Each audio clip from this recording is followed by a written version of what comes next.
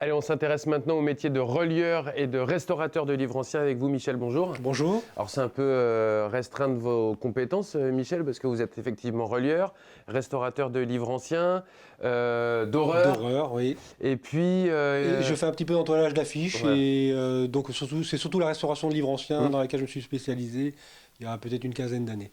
Alors, vous avez pris la suite de votre papa, hein, c'est ça votre Alors parcours? non, mon père m'a formé il y a plus d'une trentaine d'années. J'ai commencé à 17 ans, j'en ai 50 ans. J'ai travaillé un petit peu avec lui quelques années. J'ai travaillé un peu à droite à gauche et je suis venu m'installer avec ma femme au Mans en 2001. Donc il y a 20 ans maintenant. C'est un métier ancien, relieur, restaurateur de livres anciens, c'est un métier en voie de disparition ou il y en a encore quelques-uns quand même? Alors, il y en a encore quelques-uns, je dirais un ou deux par département. Mais c'est vraiment un métier ancien parce que c'est une transmission de savoir-faire de plusieurs générations de relieurs. Mon père m'a par exemple transmis un savoir-faire unique avec des astuces, des secrets de fabrication en fait. Mais ça reste quand même un métier moins d'avenir que par exemple dans les années 50 où il y avait un âge d'or de la reliure Ouais. et maintenant forcément on a un peu moins avec la numérisation des documents, un peu moins de travail Ouais. forcément. Alors ça consiste en quoi, relieur et restaurateur? Alors restaurateur, on peut imaginer, mais relieur de livres anciens, c'est quoi? Pas relieur, du coup. Alors, relieur, c'est on m'amène un livre qui est Mmh. usagé ou alors qui est en bon état, mais on veut faire une reliure un peu plus prestigieuse, ou simplement une reliure ordinaire, mais pour le conserver pour des dizaines d'années, voire des centaines d'années pour certaines reliures. Ouais, c'est un métier écologique, hein, c'est ce qu'on se disait. C'est C'est-à-dire ça, que- exactement, parce que par rapport à la numérisation, moi, si je fais une reliure qui, on va dire, qui peut coûter une centaine d'euros, ou 60 euros, ou 150 euros, ça va durer plusieurs siècles sans problème. Tandis qu'un fichier numérique va durer 5 à 10 ans Ouais. maximum. Et quand vous restaurez les livres anciens, ça consiste en quoi? C'est quoi? C'est refaire les pages, c'est refaire les couvertures, c'est... Alors à la restauration, on restaure un petit peu le papier s'il y a besoin. On fait un Mhm. traitement antifongique, traiter simplement s'il y a des champignons ou des moisissures. Ouais. Mais le but de la restauration, c'est surtout restaurer la reliure. C'est-à-dire on dénature pas du tout la reliure d'origine et on restaure le cuir qui est d'origine en rajoutant les morceaux où il manque des morceaux, tout D'accord. simplement. Là, on a quelques ouvrages derrière vous. Les étapes, on va dire que c'est déjà la première, c'est de démonter finalement le Alors livre. la première étape, c'est on débroche le livre. Mhm. Une fois que le livre est débroché, on nettoie les cahiers des anciennes colles. Si le livre a déjà été broché une première fois. Mhm. Ensuite, la deuxième étape, on fait le brochage, qui se fait sur un cousoir. Ouais. Tout ça, c'est fait à la main, on est bien Tout est fait à la d'accord. main, ouais, Ouais. rien n'est fait en machine. Et ensuite, une fois cousu, on encarte le livre, c'est-à-dire on passe en carton, c'est-à-dire on va les rubans, on peut coudre sur ruban ou sur ficelle, ça va dépendre du type de reliure qu'on va vouloir. Si on veut une reliure qui s'ouvre très très bien, le mieux c'est de coudre sur ruban. D'accord. Couture sur ficelle, par exemple, sur un livre qui est du XVIe siècle, où là on a une ouverture beaucoup plus rigide, où les papiers étaient adaptés pour. Oui, parce que là, vous montrez ce livre-là, mais c'est une pièce exceptionnelle, hein, celui-là. Alors celui-ci, c'est le premier livre qui a été imprimé au Mans par Denis Guignot en 1546, c'est un missel. Donc il n'y en a que 3 de connus. C'est vraiment une pièce assez exceptionnelle d'une collection privée.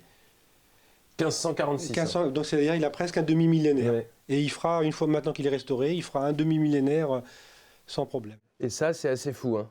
Ah, Parce ça, qu'on voit bien quand même que pour un demi-millénaire sur du papier, c'est juste conservé d'une manière exceptionnelle. exactement, il n'a pas bougé. Et encore, celui-ci, celui-là, il a quand même subi quelques outrages d'humidité, peut-être de pluie. Et il est quand même en bon état. Et là, votre travail a consisté en quoi, Michel? Donc là, c'était refaire le brochage Ouais. avec un tranche-fil fait main et refaire le brochage complet, c'est-à-dire la couture. Et ensuite restaurer la reliure, mais c'est-à-dire là, on avait quasiment tous les plats. Et le but, c'était de tout conserver sans dénaturer, parce qu'il y avait quand même des traces de gaufrage à froid D'accord. qui peuvent avoir un intérêt historique si un jour un historien s'intéressait à la reliure. Et c'est un des rares livres, il me semble bien que dans les 3 livres connus, dans ces 3 micelles, c'est le seul qui a sa reliure d'origine. D'accord. Donc c'est quand même une reliure qui a un demi-millénaire. Un demi-millénaire, ça commence à faire. Et là, par exemple, quand je l'ai restauré, il y avait des parchemins qui étaient à l'intérieur, parce qu'à une certaine époque, on découpait des manuscrits pour faire des reliures. Et moi, quand je les ai découverts, je me suis dit, plutôt que de les remettre à l'intérieur, de les recacher, j'en ai mis des neufs, et ceux-là, je les ai mis apparents. D'accord. Et je pense qu'il y a une trace historique qui peut être intéressante un jour. Comment on se sent quand, même quand c'est votre travail, que c'est certainement pas le premier ouvrage un peu ancien que vous avez entre les mains, mais quand on a un livre comme ça à restaurer, c'est une sorte de responsabilité aussi vis-à-vis des anciens. Et Bien tout ça. sûr, oui, parce que le but, moi, je suis qu'un passeur, en fait. C'est-à-dire, je vais restaurer les livres pour les transmettre en sachant que dans 100 ans, 200 ans, 500 ans, il y aura encore quelqu'un qui va les consulter. Ouais. Donc le but, c'est de faire quelque chose de solide, dans les règles de l'art, pour que vraiment ça soit bien conservé. Ce que mes prédécesseurs ont fait pendant plusieurs centaines d'années. Ouais. On voit derrière vous l'un de vos outils, Michel, vous m'avez dit, les gens ne le savent pas, mais finalement, on se sert beaucoup du marteau dans notre métier. Exactement. Ouais. On s'en sert vraiment à plusieurs étapes. Sur un livre, on donne plusieurs dizaines de coups de marteau sur le livre, pas sur le livre, mais sur la reliure, pour façonner la reliure. D'accord. C'est-à-dire, une première étape, c'est l'endossure. L'arrondissure, l'endossure. Ensuite, quand on met un cuir dessus, on tape légèrement sur les morts. Ouais. Ensuite, on tape sur les coins. Donc, c'est vraiment Ouais. C'est vraiment un outil dont vous vous servez beaucoup. Ah, là oui, aussi, oui. c'est très beau. En fait, Et on voit, allez-y Michel, vous souhaitiez dire quelque chose? en fait, le marteau, le plioir et le ciseau, je pense que c'est les trois outils essentiels. On s'en sert beaucoup d'autres, mais vraiment, on s'en sert en permanence.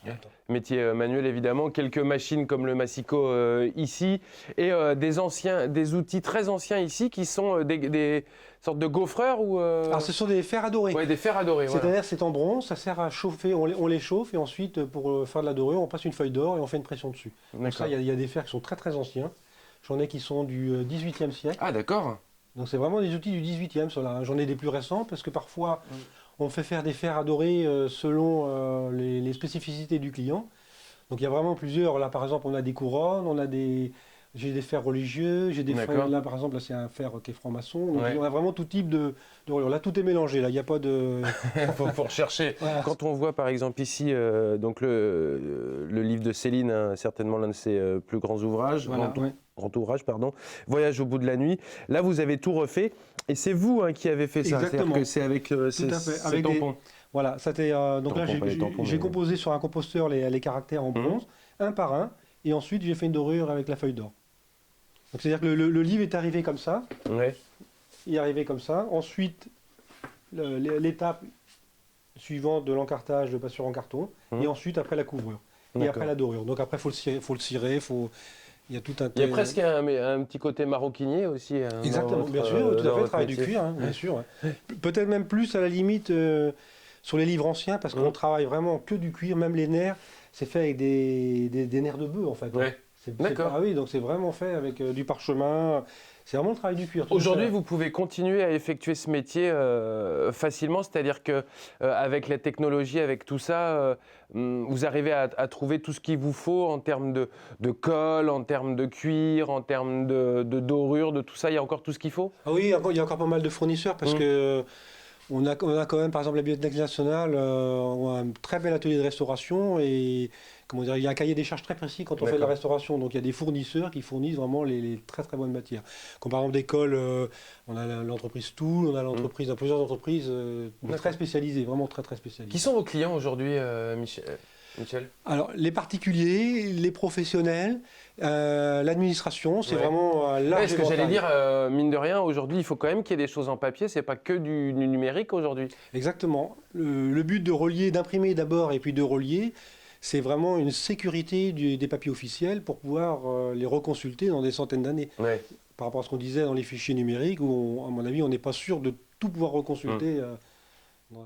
Ouais. Ici, c'est quoi, Michel? Là, c'est pareil, ces livres ont l'air assez anciens. Hein. Ah, donc ça, ce sont des livres du XVIIe siècle qui sont à restaurer. Donc celui-ci est quasiment terminé et celui-ci est arrivé dans l'état. Donc celui-ci, il est sur des haies en bois. Alors les haies, ce sont... Là, par exemple, tout à l'heure, on a vu que c'était des cartons. Là, ce sont des haies en bois. D'accord. On peut plier, probablement. Donc là, celui-ci peut durer 1000 ans, 1500 ans. mais vraiment, là, je peux signer un papier comme quoi il faut restaurer. Et donc là, vous allez faire quoi? Même opération que celui-ci. C'est-à-dire que là, je vais contrôler tout le brochage avant de faire quoi que ce soit. D'accord. Là, parce que là-dessus, on a constaté qu'au niveau du papier, il n'y avait aucun traitement à faire. Une fois que le brochage a été contrôlé, je vais commencer à démonter le cuir et ensuite restaurer les coiffes, les nerfs et les morts. D'accord. Comme ça a été fait ici. Et puis les coins aussi. Ok, c'est un particulier ça aussi? C'est un particulier. Ouais, c'est fou.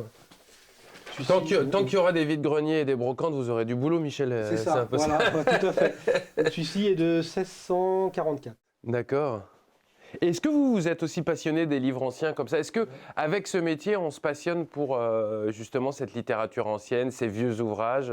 Ah bah oui, je pense que si on n'est pas passionné par l'objet qu'on touche, qu'on restaure... Par l'histoire même, ouais. L'histoire, oui, l'histoire, bien sûr. Oui, parce que l'histoire, effectivement... faut connaître toutes les étapes de l'histoire parce que la reliure a changé à peu près tous les 50-100 ans, les techniques ont changé par rapport à justement l'histoire. Donc effectivement, il faut s'intéresser à l'historique. Bien sûr. Et je parlais d'écologie tout à l'heure, mais finalement, on se rend compte que vos outils, on a la très belle presse qui est derrière aussi, que Samuel va filmer dans un instant, mais c'est... ça n'évolue pas, vous n'êtes pas obligé de changer d'outil tous les 4 matins vous, Pas du tout, oui, j'ai une presse qui a 150 ans. Il y a un côté recyclage qui est quand même... Exactement, oui. J'ai des fers, donc, comme on l'a dit tout à l'heure, qui ont plusieurs centaines d'années. Mon massicot, il date des années 60, donc c'est un massicot ancien. Ouais, ça, c'est vraiment le plus récent, quoi, presque. Exactement, mais il est tellement démultiplié qu'il pourrait durer vraiment c'est ça. énormément d'années. Hein. Elle est là, la presse, Samuel, tu l'as pas vue. Elle est juste ici, là, regarde. Presse manuelle en bois, qui sert quotidiennement, hein, vous me disiez, Michel. Oui. Parce qu'elle sert en presse de finition aussi. Donc ça, c'est la dernière étape, la presse? L'une des dernières étapes? C'est une des premières et une des dernières. Ouais, exactement. Okay. On commence par ça, pour le corps d'ouvrage, pour travailler le corps d'ouvrage bien à plat. Et ensuite, en presse de finition, ou des petites presses. Après, quand on n'a pas beaucoup de lits, on met ça dans des petites presses. Tout ça, tous ces papiers-là qu'on voit ici, tous ces cuirs, c'est ce qui vous permet de travailler, quoi. Exactement. C'est la matière première. Pour le client, vient choisir ce qu'il veut, les couleurs, et ensuite, on choisit ensemble l'harmonie des cuirs et des toiles, ou des toiles. Bon, la dorure, on n'en a pas trop parlé, mais c'est évidemment c'est ça, on va la spécifier ici. C'est ça, hein, la dorure sur les livres. Vous avez même fait, vous... Voilà, ce qu'on appelle dorure ciselée ou antiquée. Il y a 2 termes techniques. C'est magnifique, un très beau travail. Et puis très rapidement sur l'entoilage d'affiches, à quoi ça correspond, Michel? Alors l'entoilage d'affiches, j'en ai 2 ici. Donc là, ça correspond à... On va mettre ça sur l'établi. On va mettre ça ici.